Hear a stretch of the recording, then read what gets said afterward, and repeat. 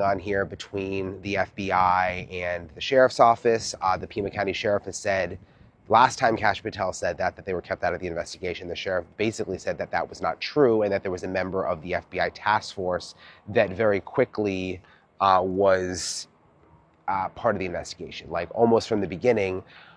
But a member of the FBI task force that works with the sheriff's office, I've learned or been told, is different than the full weight of the FBI being called in initially. And that's something that I want to explain. And who better person than Maureen O'Connell? You guys know her. I have her on a lot. She's one of my friends. She's a retired FBI agent.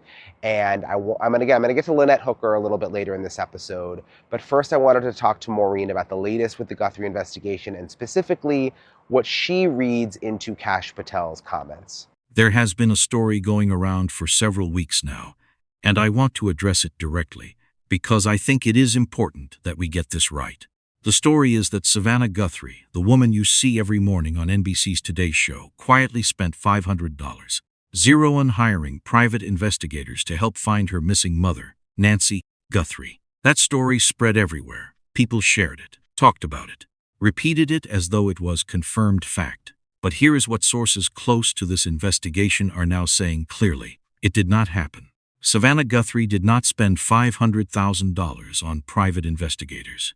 And I think we owe it to this family to say that out loud and get the record straight.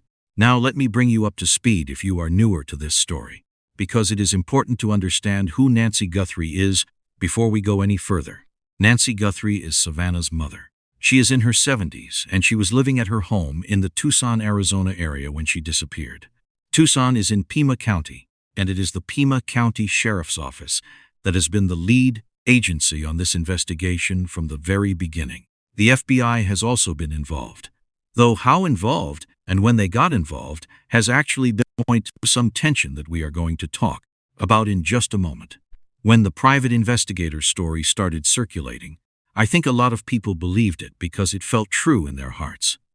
It felt like something a loving daughter would do. Savannah Guthrie is a well-known, well-established television journalist who has been at the top of morning television for many years.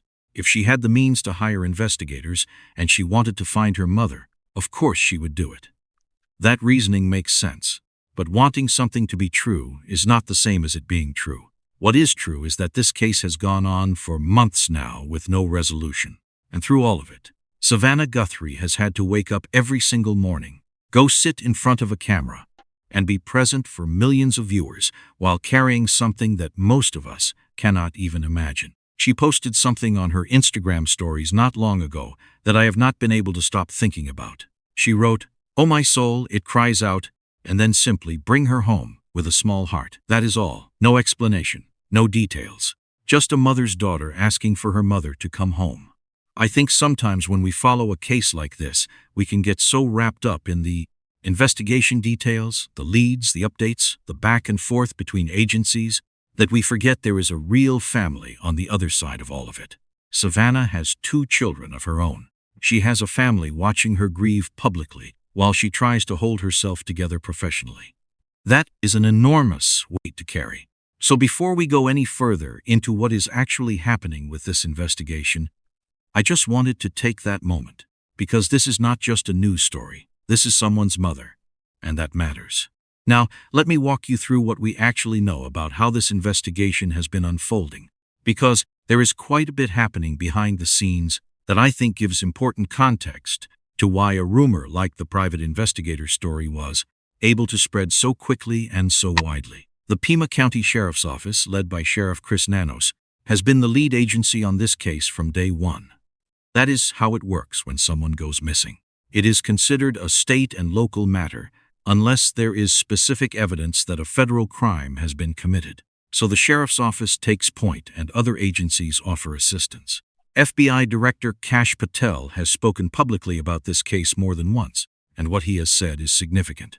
He said that the FBI showed up and offered their assistance immediately, but that they were not let in for 4 days. 4 days. He did not mince words about it. He said, and I want to be accurate here, that from day one the FBI offered assistance because it was a state and local matter, and that they were not the lead agency because there was no evidence of a federal crime. but he made clear that being kept out for those first 4 days was not ideal. Sheriff Nanos has pushed back on that. His office has said that there was a member of an FBI task force who was present within the first 48 hours. And technically that is true. But here is the distinction that matters. Having one FBI agent, who is already assigned to work alongside the sheriff's office on a fugitive task force, is very different from having the full resources of the FBI called in. Those are two entirely separate things. Think of it this way. That task force agent is not a forensic specialist. He is not part of the FBI's evidence response team. He is not the person you call when you need to process a crime scene at the highest possible level. The FBI has specialists for exactly these kinds of situations, and those specialists were waiting nearby, ready to help, for 4 days before they were allowed in. One of the things the FBI was eventually able to do once they had access is something that a local sheriff's department simply could not have done on their own. Nancy Guthrie had a Google Nest doorbell camera at her home, but she did not have an active paid subscription for it. Normally that means the footage is gone. But the FBI went directly to Google, looked at the metadata, and was able to pull something out that changed everything about how people understood what may have happened to Nancy. What they found on that camera was deeply disturbing. It showed a man approaching the home. He was covered up. He came with a backpack that investigators believe may have contained a tarp. He had a gun, and he came prepared. When those images were released publicly by Kash Patel, I think it was one of those moments where the weight of what happened to Nancy Guthrie became impossible to look away from.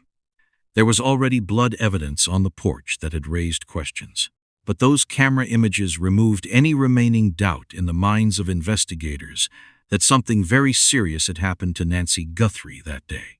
DNA testing has also been a significant part of this investigation.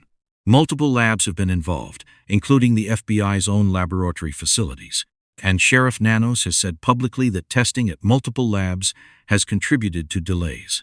That is frustrating for everyone following this case, especially for Nancy's family.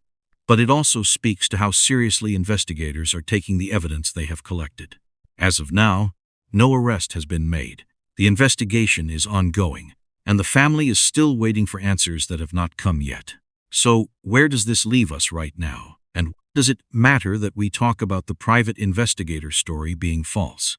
It matters because when inaccurate information spreads about an active investigation, it creates confusion. It can shift public attention in the wrong direction. And most importantly, it adds another layer of noise around a family that is already living through something incredibly painful. Savannah Guthrie has not commented publicly on the $500,000 story. She has not had to, because her focus is not on correcting rumors. Her focus is on her mother.